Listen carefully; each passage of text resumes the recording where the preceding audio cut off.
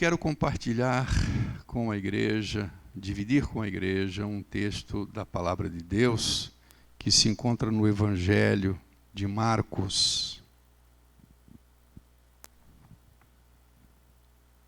Evangelho de Marcos, capítulo de número 5.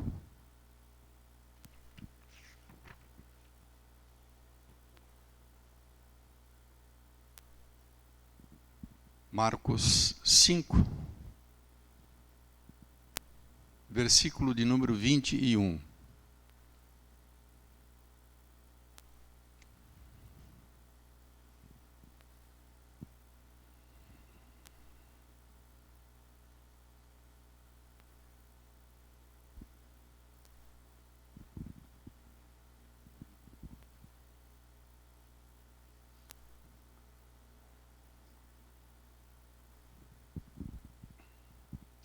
Marcos 5 e 21.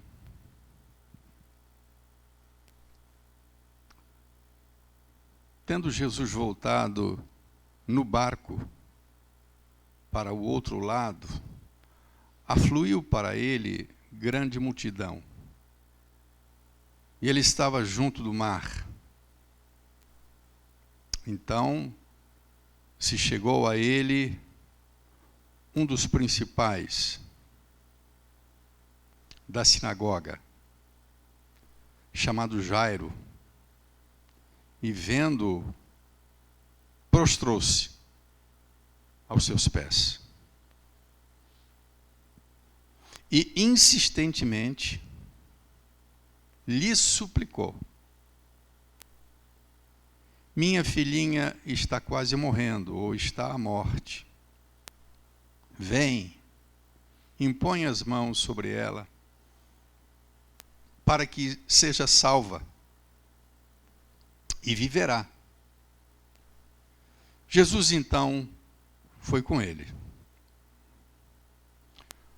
Versículo 35 diz que falava ele ainda, Jesus ainda falava, quando chegaram alguns da casa do chefe da sinagoga, a quem disseram, no caso, o chefe da sinagoga aqui é o Jairo, né? A quem disseram: a tua filha já morreu.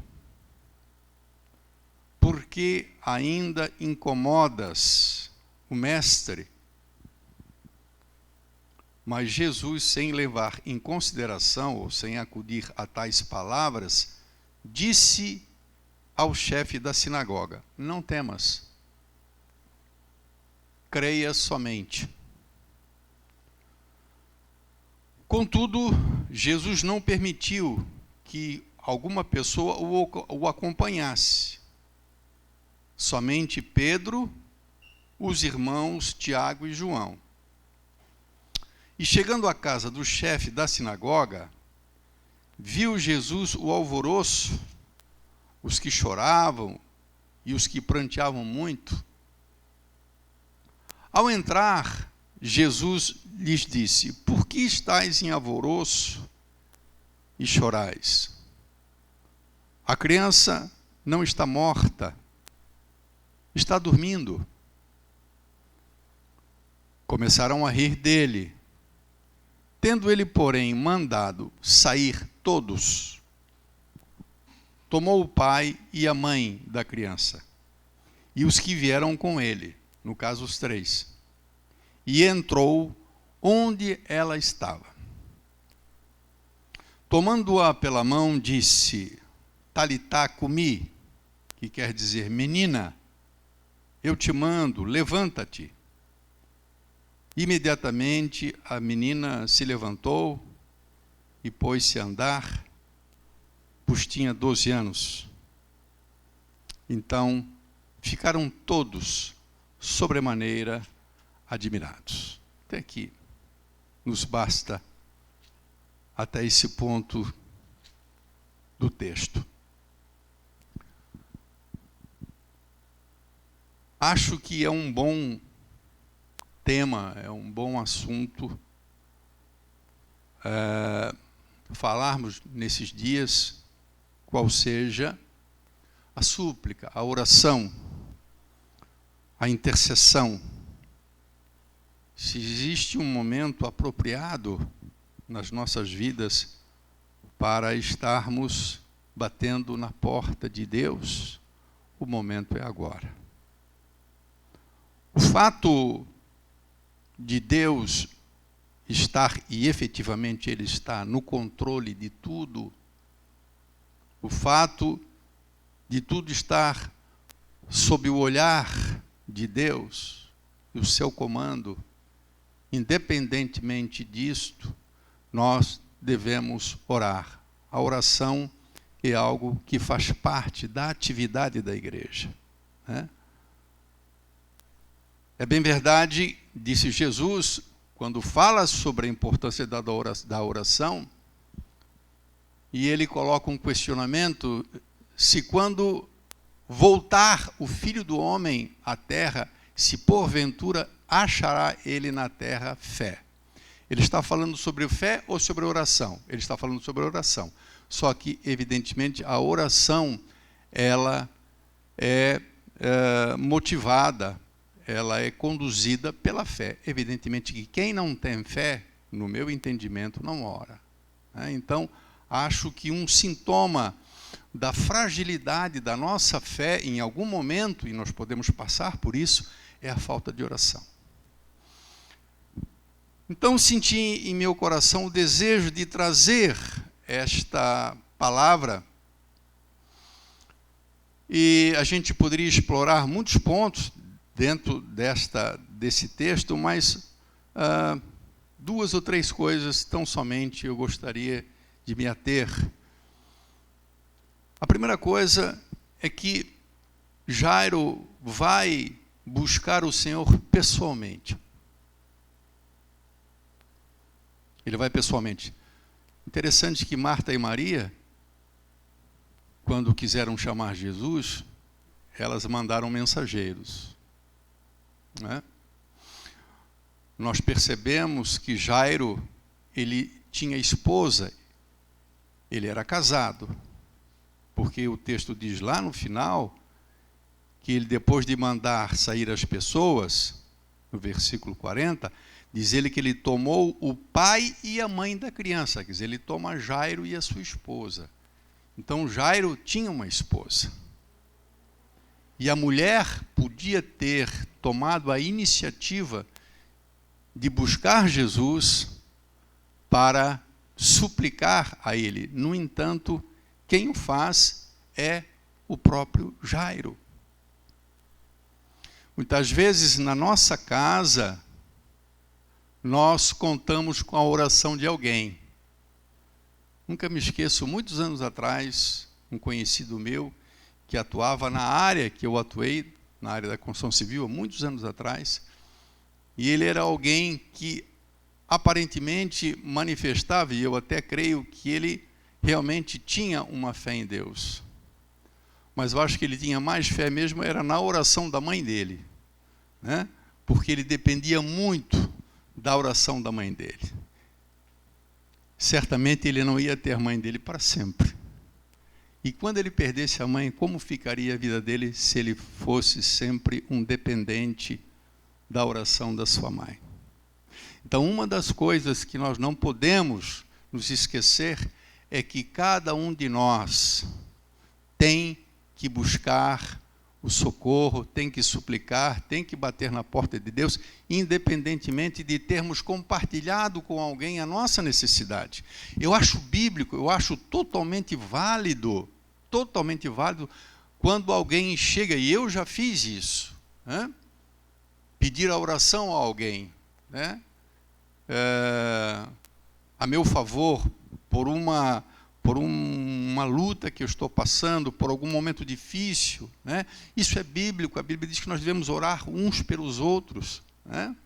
Mas nós não podemos ser pessoas dependentes da oração dos outros. Nós temos que ser a primeira pessoa a tomarmos a iniciativa de clamarmos, de batermos na porta do Senhor, de buscarmos socorro por aquilo que a gente precisa, né? A oração e a súplica, vamos colocar a súplica de Jairo traduz, a meu modo de ver, o modelo ideal de oração quando nos encontramos em aperto e quando estamos prestes a sofrer perda, né? Alguma coisa, algum mal que nos rodeia e que está prestes a acontecer, né? A maneira como Jairo busca o Senhor. Primeiramente, a gente vê, né, a sua condição de se prostrar diante de Deus, né? Coisa maravilhosa é nós podermos nos prostrarmos, nos derramarmos diante de Deus. Para mim, sempre a melhor oração é aquela que eu me esparramo diante de Deus, aquela que eu derramo o meu coração diante de Deus, aquele que eu falo para Ele com toda a minha sinceridade, sem procurar a palavra, simplesmente jogado aos pés dEle, manifestar a minha dor, a minha tristeza, a minha necessidade. Ele era o chefe da sinagoga. Jairo era o chefe da sinagoga, era um dos principais, e lá no final diz que ele era o chefe da sinagoga. Então, ele podia ter alguma atitude, né, de postura, de conduta, afinal de contas, era um líder, né, e ele se prostra, ele se joga aos pés do Galileu, né, aos pés de Jesus. Ele joga fora toda a sua pompa, a sua conduta, a sua postura de líder, né, religioso. Ele se joga diante do Senhor.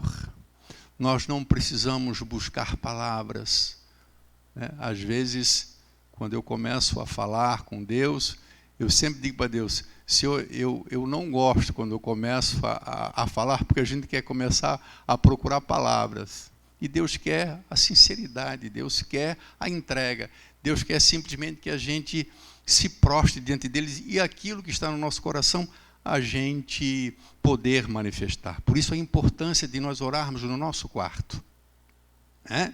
Orar em público é uma coisa necessária muitas vezes, mas muitas vezes as nossas palavras são limitadas pelas pessoas que nos cercam, e muitas vezes nós deixamos de ser sinceros o quanto deveríamos ser por causa das pessoas.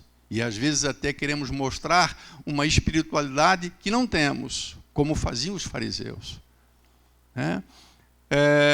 Jairo, muito embora estivesse no meio de uma multidão, ele se prostra e ele insistentemente suplica. Talvez essa seja uma qualidade que nos falte. Queira Deus que a grande maioria do seu povo tenha essa qualidade na oração, a insistência.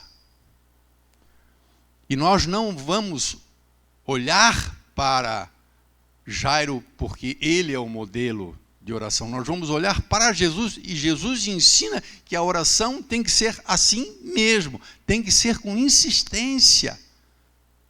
Jesus dá exemplos, usando parábolas, histórias, para manifestar a necessidade, muito embora nós não compreendamos por que Deus quer que muitas vezes a gente seja insistente, sendo que Ele tem o poder para responder no exato momento que a gente inicia a nossa oração.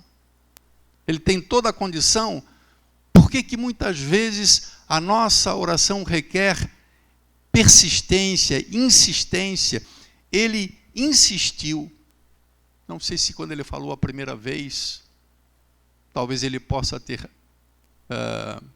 achado que o Senhor não estava lhe dando importância ou não ia lhe atender. A verdade é que ele insiste, ele persiste. A Bíblia diz que nós temos que bater na porta, né? E o sentido da oração, quando ele fala, olha, batei e abri-se-vos-á, não é uma batida, muitas vezes, irmão, é muitas batidas, né? Então, ele tinha, né, ele nos traz esse perfil de oração que talvez não seja muito presente nos nossos dias. Muitas vezes, talvez a gente ore uma vez, duas vezes, né? Uma outra situação é que o seu problema, ele adquire uma gravidade, mesmo depois dele ter falado com o Senhor. É claro, o Senhor chegou para ele e disse: Jairo, pode deixar, eu vou com você. Eu vou com você, eu vou na sua casa. E isso me faz pensar no fato de que havia uma grande multidão. Quanta necessidade havia, irmãos, né, naquele momento. Você imagina, a Bíblia fala normalmente que juntava-se ao redor de Jesus centenas, milhares de pessoas.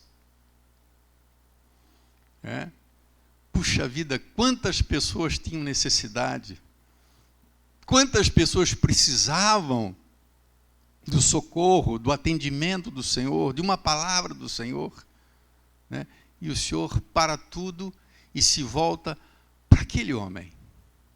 Isso me chama a atenção pelo fato de que Deus, Ele, muito embora sendo o Deus Todo-Poderoso, o Deus maior do que tudo, o Criador de todas as coisas, né? O universo não é nada comparado ao tamanho de Deus. E, no entanto, esse Deus se volta para uma pessoa e diz: eu vou lá na tua casa. Então, o envolvimento pessoal de Deus com a gente. Quantas pessoas buscam o Senhor nesse mundão velho? Quantas pessoas clamam ao Senhor, né? E de repente o Senhor diz: fulano, fulana, Fernando, Egídio, eu vou contigo, eu estou contigo. Né? Esse atendimento pessoal não é um atendimento, irmão, no atacado. O atendimento do Senhor não é um atendimento no atacado, é um atendimento pessoal. Senhor, vai lá em casa, eu vou. Puxa, Senhor, mas tem esse pessoal todo, eu vou lá contigo, na tua casa. Ele não precisava ir. Nós conhecemos outras passagens do Senhor, que ele disse para o cara: já está curado, vai lá. Aonde ele estava? Você acha que havia necessidade de Jesus ir até lá? Mas isso mostra, né, o seu carinho, né, a sua presença do lado dele, do lado de Jairo. Então, esse atendimento pessoal, coisa maravilhosa, não é, irmãos? Quando a gente olha e sabe que tantas pessoas têm necessidades, tantas pessoas nesse mundo sofrem, e às vezes até necessidades muito maiores que as nossas, e nós podemos falar com Ele e Ele nos atender pessoalmente. O nosso caso.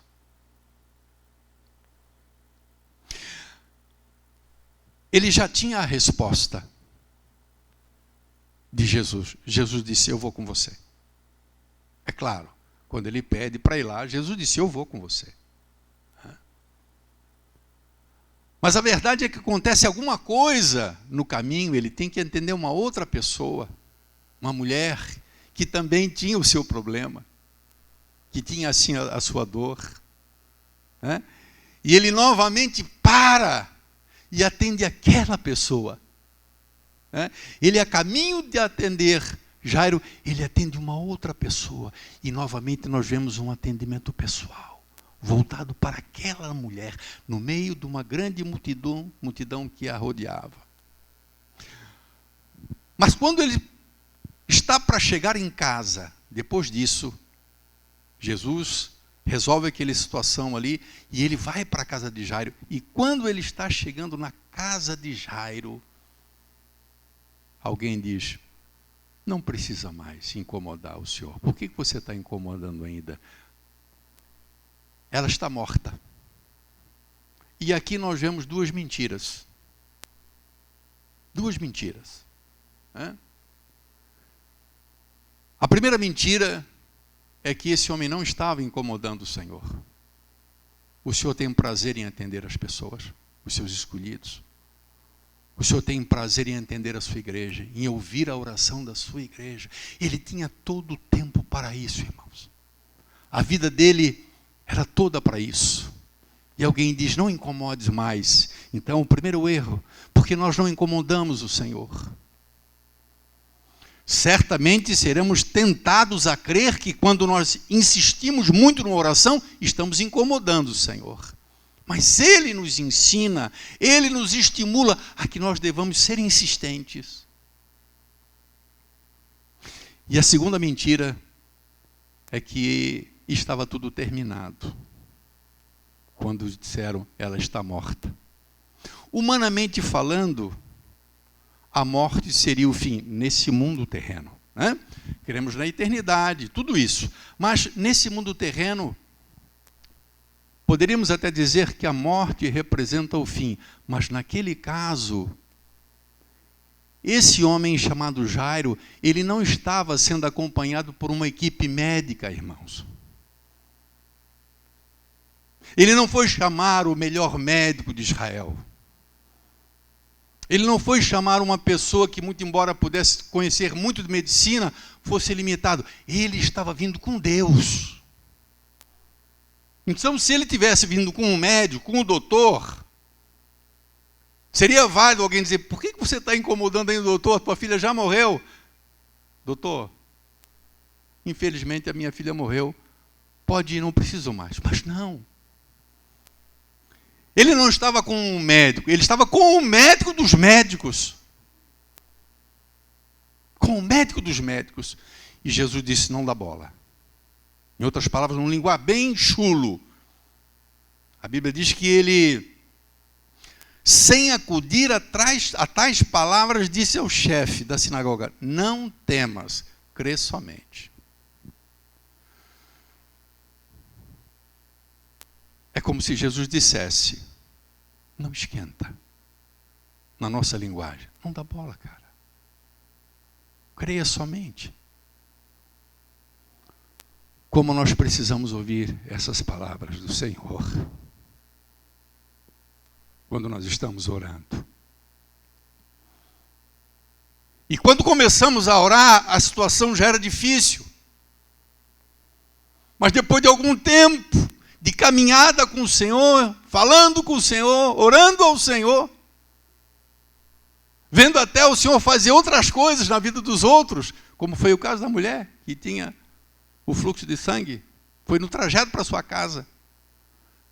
Quantas vezes nós vemos nesse caminho a situação que diz respeito ao nosso problema ficar mais séria, piorar? Você começa a orar por uma situação e você ora e de repente quando você olha em volta, ou você olha para o problema, você vê a situação piorar, agravar. O que vem no teu coração, senão um pensamento tipo, por que você ora ainda? Você já não percebeu que Deus não quer fazer isso? Você não percebeu ainda que não tem mais solução, que não tem mais jeito, que não tem mais saída? Como nós precisamos, nesse momento, da voz do Espírito Santo de Deus, meu filho, continua a orar. Não para. Crê somente. O dia que o Senhor me disser, e o dia que o Senhor disser para você, meu filho, não ore mais, porque não vou te dar. Aí você pode deixar de orar. Mas enquanto Ele não falar, nós temos que continuar a orar. Não podemos parar jamais. Uma outra situação, então eu acho que isso aí é o momento da prova da fé, né? A nossa fé é provada justamente em situações como esta. E a gente fatalmente será tentado a deixar de orar. A deixar de orar. Porque a gente acredita, porque a gente vê a situação com os olhos da carne. A gente vê a situação com os nossos olhos humanos. Jesus não estava vendo com os olhos humanos. Ele tinha o seu olhar divino. Enquanto todos diziam que ela estava morta, ele dizia, ela não está morta, ela está dormindo. Isso provoca riso, irmão. Deboche, ironia, por parte das pessoas que estavam ali. A fé dele, evidentemente, balançou, porque senão ele não teria dito isso. Ele, muito provavelmente, entendo eu, que Jesus olhou para ele e viu no coração dele a sua fé. Puxa, realmente agora não tem mais o que fazer. Jesus entra e chega na casa, e ele percebe, e aqui é um detalhe interessante, que ele percebe que as pessoas começam a debochar da sua fala, quando ele diz, olha, ela não está morta, ela está dormindo. E as pessoas começaram a rir. O que Jesus faz? É interessante o que ele faz dentro de casa. Ele pega e tira todas as pessoas, evidentemente, entendo eu, por que ele tirou todas as pessoas? Eu acho que ninguém ali naquele momento, estava num nível de fé. Não que a incredulidade das pessoas fosse impedimento dele realizar o milagre que ele ia fazer de qualquer maneira. Mas isso diz alguma coisa para nós. O fato de Jesus afastar os incrédulos e deixar tão somente o pai e a mãe, que eram os interessados, ele e mais 3 dos seus discípulos que criam no que ele ia fazer, porque já tinham visto ele fazer isso. E sabiam que ele era o Senhor. No momento difícil, no momento em que a nossa fé é testada, é provada, uma das coisas que nós poderemos fazer por algum tempo é nos afastarmos dos incrédulos, para que a incredulidade deles não contamine a nossa fé ou não faça a nossa fé balançar. Nós precisamos de gente que creia. Nós precisamos de gente que crê em Jesus, que ainda crê em milagre de Jesus, muito embora, infelizmente, isso pareça estar tão distante de nós. Mas o Deus a quem servimos, o Senhor da igreja, é o mesmo ontem, é hoje e será para sempre. Ele é o Senhor poderoso. E Ele pode fazer o que for necessário. Não importa aonde tenha chegado a situação. Aquelas pessoas que foram tiradas para fora, que zombaram de Jesus, essas mesmas pessoas depois se admiraram. É assim que diz o texto. Imediatamente a menina se levantou e se pôs a andar, porque tinha 12 anos. Então ficaram todos sobremaneira admirados. E agora, onde é que ficava o debochado? E agora, onde é que ficava o incrédulo? Eles tinham que engolir, porque eles estavam vendo a menina de pé. Eles ficaram fora de casa. Eles não entraram na casa, Jesus tirou. Mas eu creio que quando a menina se levantou, pela alegria do pai e da mãe, talvez tenha sido a primeira coisa que eles fizeram, foi abrir a porta e mostrar, está aqui a nossa filha.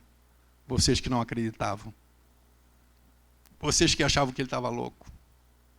Vocês que achavam que a minha insistência com ele não tinha sentido.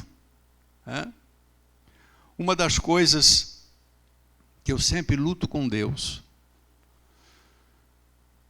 é uma coisa que eu luto com Deus, eu sempre oro a Deus, é que o Senhor não nos permita jamais que a gente se afaste dessa realidade do Evangelho, do sobrenatural de Deus. Deus abençoou o mundo, Deus deu conhecimento aos homens, Deus deu a ciência aos homens, e muitas das nossas carências, dos nossos problemas, sim, são solucionados através da sabedoria e conhecimento que Deus entregou ao homem. Mas a nossa alegria, o nosso prazer é ver o Senhor operar, é ver o Senhor manifestar. mas isso requer de nós. Eu não sei se preço, irmãos, eu não gosto muito de falar em preço, porque dá a impressão que a gente contribuiu para isso, né? E aí, eu paguei um preço, como se ele tivesse, eu tenho muito receio de falar esse termo, de pagar preço. Não tem dúvida que a gente tem que buscar isso. A gente tem que orar. E vai chegar um momento em que provavelmente alguém vai nos dizer: por que você ainda ora por isso? Você ainda está atrás daquilo que você queria?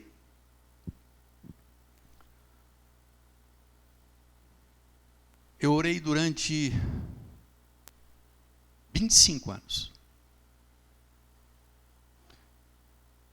E Deus certamente conhece as minhas motivações,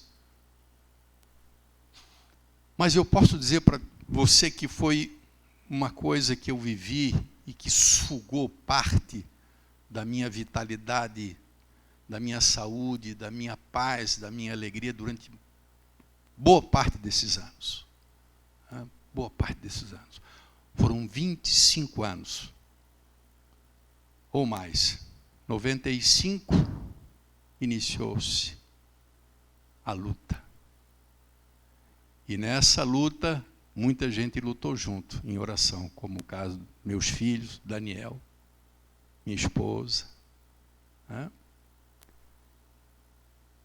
E o que vimos no final foi, a meu modo de ver, um milagre que Deus fez. Uma coisa que Deus fez na minha vida, que eu vinha lutando há muitos anos. Muitos anos. E às vezes eu paro para pensar, quando estou orando, e eu temo que nós, como igreja, venhamos a cair num caminho que Jesus anunciou. Jesus disse: será que quando o Filho do Homem voltar, encontrará fé na terra? E ele não estava falando sobre fé, ele estava falando sobre oração. Mas ele conecta com fé. Porque talvez a nossa fé esteja fragilizada. Talvez por isso a gente não seja tão insistente na nossa súplica. Talvez por isso a gente facilmente recua quando o problema se agrava, muitas vezes ao ponto que a gente avalia como sendo irreversível. Essa palavra é para nós. Nós não podemos jamais deixar de crer no poder de Deus. Temo que a igreja do século XXI seja uma igreja que busque dois extremos. O movimento produzido de uma maneira falsa, que muitas vezes exterioriza uma manifestação que aparentemente pode ser como se fosse uma coisa espiritual, e na realidade muitas vezes é encenação, ou uma desconexão total disso que nós vemos que a igreja viveu no primeiro século. Uma igreja que seja uma igreja da palavra, que prime pela palavra, mas uma igreja que possa viver o poder de Deus. A grande alegria de um homem de Deus, de uma mulher de Deus, não é propriamente alcançar coisas ou conquistar coisas, mas ter a certeza que aquilo que foi alcançado e conquistado foi bênção de Deus, especialmente quando se caracteriza pelo poder de Deus.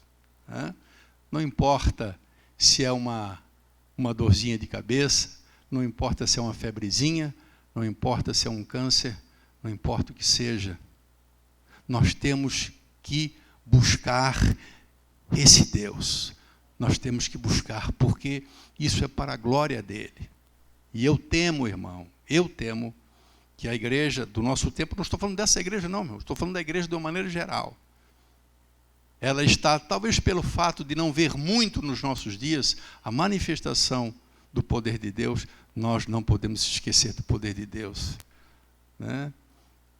Existem momentos na vida da gente que nós temos a possibilidade e a responsabilidade de agir, de fazer coisas.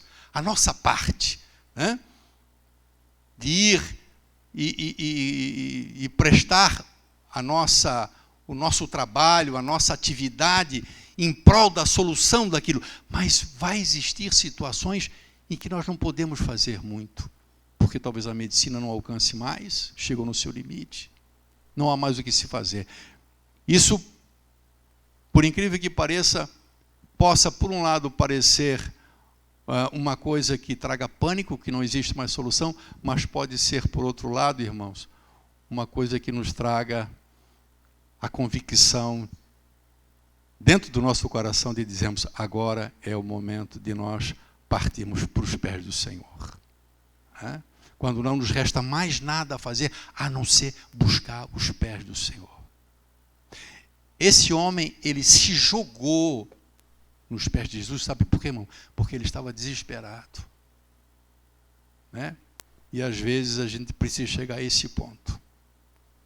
Bem-aventurado foi ele que se lembrou do Senhor e correu para os pés de Jesus. Não fez outra coisa. Que Deus nos dê essa bem-aventurança, que Deus nos chame a buscarmos essa parte viva do Evangelho, que é o poder, porque o Evangelho é poder de Deus. A igreja primitiva viveu o poder de Deus. E nós temos que buscar isso para os nossos dias. Não devemos jamais produzir, falsificar, nem tentar armar uma atmosfera espiritual. Nós temos que ser autênticos, mas nós temos que buscar o poder de Deus. Nós cremos que aquele Senhor, lá de 2000 anos atrás, que abriu os olhos do cego, que curou o leproso, que levantou o morto, esse é o mesmo Deus nos nossos dias. Alguém acha que talvez a gente está vivendo um tempo em que a igreja está fria, morna, esqueceu-se do poder. Mas talvez, por outro lado, entendo eu, que a igreja há de atravessar um momento de dificuldade, de luta. Eu creio nisso. E quem sabe, quando ela passar novamente pela luta, a gente vai se voltar para o Senhor com fé. Lançarmos aos pés do Senhor, clamarmos a Ele, e Ele manifestar o seu poder, para que o nome do Senhor seja glorificado. Eu sempre oro a Deus.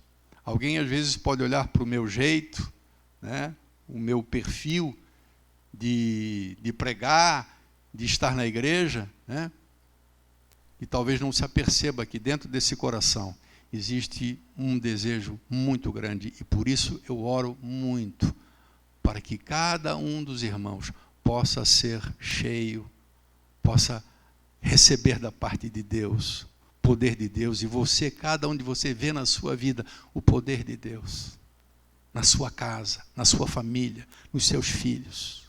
Amém? Fique de pé em nome do Senhor.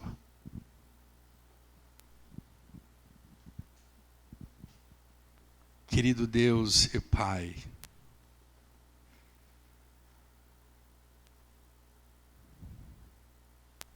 não nos deixe tomar um caminho que não te agrade, Senhor. Que o Senhor nos faça ser a tua igreja verdadeiramente.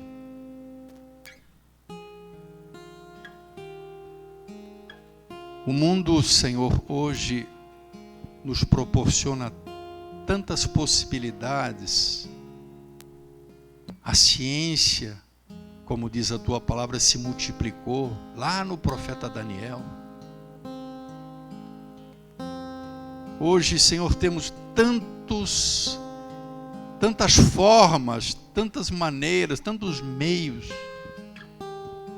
de buscar socorro para os nossos dilemas, para os nossos problemas. Ah, papai, não nos faças ou não nos permitas esquecer que tu és o mesmo Deus. Precisamos, Senhor, sem dúvida alguma, nestes dias, sermos inundados pela tua graça. Precisamos, ó Deus, que o nosso recipiente seja limpo, seja renovado.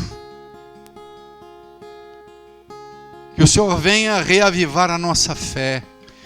Que o Senhor venha despertar dentro de nós a sede, o desejo, a necessidade de sempre estarmos nos lançando aos teus pés. A tua palavra, Senhor, diz que o rei Asa adoeceu dos pés e buscou os médicos. E por ter buscado tão somente os médicos e não buscou o Senhor permitiu ele falecer. Que tua igreja, Senhor, possa ser madura o suficiente para reconhecer que sim, tu tens dado conhecimento ao homem, mas que tu permaneces sendo o Senhor da igreja, o Deus que cura, o Deus que sara, o Deus que renova, o Deus que batiza com o Espírito Santo, o Deus que regenera. Em nome de Jesus, Pai. Não nos permitas, ó Deus, buscarmos um caminho para agradar as pessoas com vãs palavras, para satisfazer, Deus, a comichão que muitas vezes os ouvintes têm em seus ouvidos, de ouvirem palavras que agradem e satisfaçam a sua concupiscência. Senhor, dá-nos o privilégio de pregarmos a tua palavra e falarmos a verdade, Pai, ao mesmo tempo que sejamos alvo do teu poder e da tua graça, Pai. Permita-nos, ó Deus, neste século, neste tempo, nesta geração, vermos aquilo que os nossos irmãos viram no passado e aquilo que alguns de nós, nesse tempo, não tão distante, tiveram o privilégio de ver. Em nome de Jesus, Pai, existe tanta necessidade. Existe, Pai, um espaço preparado, um clima, Pai, preparado, um contexto preparado, Pai, para tu agires. Nesses dias, Pai, existe enfermidade de alma, Pai, existe enfermidade do corpo, Deus. Existem pessoas que precisam nascer de novo, Senhor. Deus, o teu Espírito está conosco, Senhor. O teu Espírito habita em nós. O teu Espírito está no nosso meio. Dá-nos a alegria de vermos o teu agir. Dá-nos a alegria, Senhor, de alguns de nós se tornarem verdadeiros Jairos, que clamem, que se joguem aos teus pés e vejam a tua glória, Pai, e a tua igreja toda possa se alegrar. Aleluia, Deus eterno. Ajuda-nos neste dia a não enfraquecermos, a não esfriarmos, ao contrário, Pai, traz-nos avivamento, que possamos atravessar tudo aquilo que tivermos atravessar, olhando para Ti, com os nossos olhos postos em Ti. Em nome de Jesus Cristo, ó Deus, nós oramos e Te agradecemos. Amém? E glórias a Deus. Você pode dar uma salva de palmas a Jesus, amado? Glória a Deus. Glória a Jesus. Amém.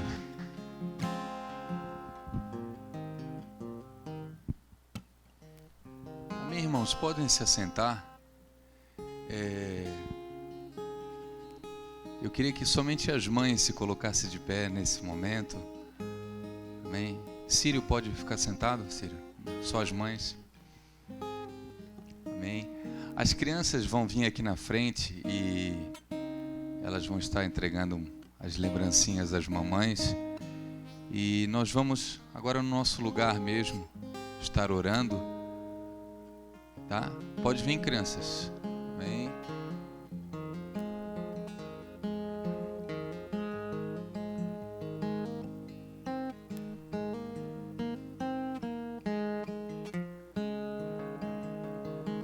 Pode pegar o presentinho ali.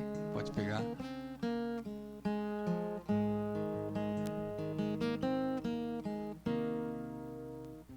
É um chocolatinho?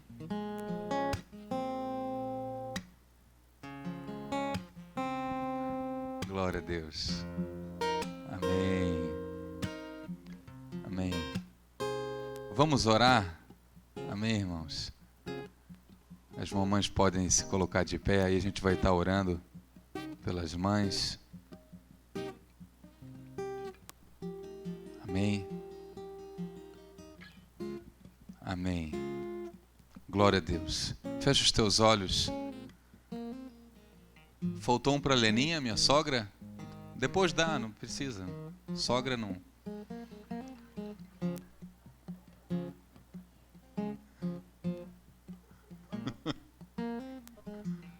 Ano que vem tu ganha 2, Leninha. Deixa.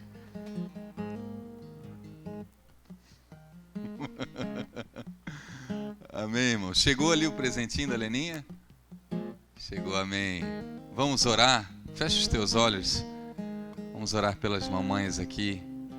Pai, é diante da Tua presença que nós estamos e crendo que o Senhor ouve a nossa oração, nós te pedimos a Tua bênção, a Tua graça sobre a vida de cada mãe que está nesse lugar, sobre as mães, Senhor, daqueles que estão aqui e também não estão aqui, Senhor.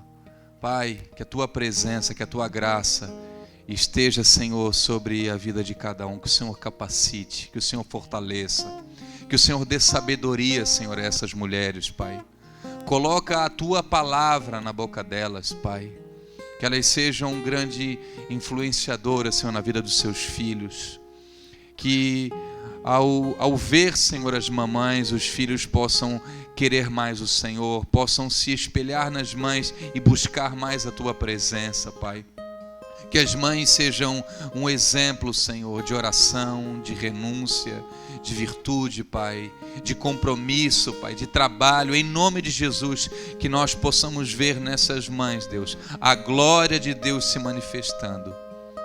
Diante de um tempo, Deus, onde nós vivemos, onde essa função, Senhor, essa responsabilidade tem sido, Senhor, colocada de lado. Nós entendemos que biblicamente, Senhor, o Senhor dá muito valor a essas mulheres, essas mães. E nós, Senhor, embasados na Tua palavra e querendo que o Senhor está nos ouvindo, nós te pedimos, Senhor, capacita e enche a vida de cada uma. Assim nós oramos e nós clamamos a Ti em nome de Jesus. Amém, amém e graças a Deus. Amém, querido. Você vá na paz do Senhor, que Deus te abençoe. Uma boa semana aos irmãos.